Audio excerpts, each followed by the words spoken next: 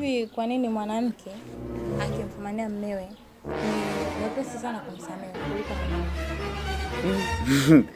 Unajua sisi wanaume, yani sisi wanaume tuna mambo mengi. So unaona kama yani kama mimi ujue nilivyokuwa na Aisha. Aisha? Ila hapo kwa Aisha, hebu rudia. Aisha imekuaje kwaje? Aisha. Unajichekesha kwa kinaamini. Nimekuuliza Aisha imekuaje?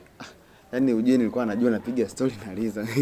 Aisha yani ujue. Kwa hiyo bora ushaanza kunisaliti. Hapana. Nini nyinyi wanaume sitampe nini mziki? Mke wangu unajua mimi siwezi kukusaliti wewe kwa hali hiyo, kweli mimi nawezaje? Una huruma wewe. Hapa kwani sijakusikia au? Sasa wewe kuweza kweli. Hebu jiangalie ulivyo. Siwezi kukusaliti mke wangu. Kweli tena. Kwa mimi sijakusikia. Hamna ulimi, si hauna mfupa. Yaani ulichokiongea ndicho ulichokifanya. Hebu tuendelee na mazoezi. Unajua hapa. Niache mimi. Na leo utafuta kulala. Mke wangu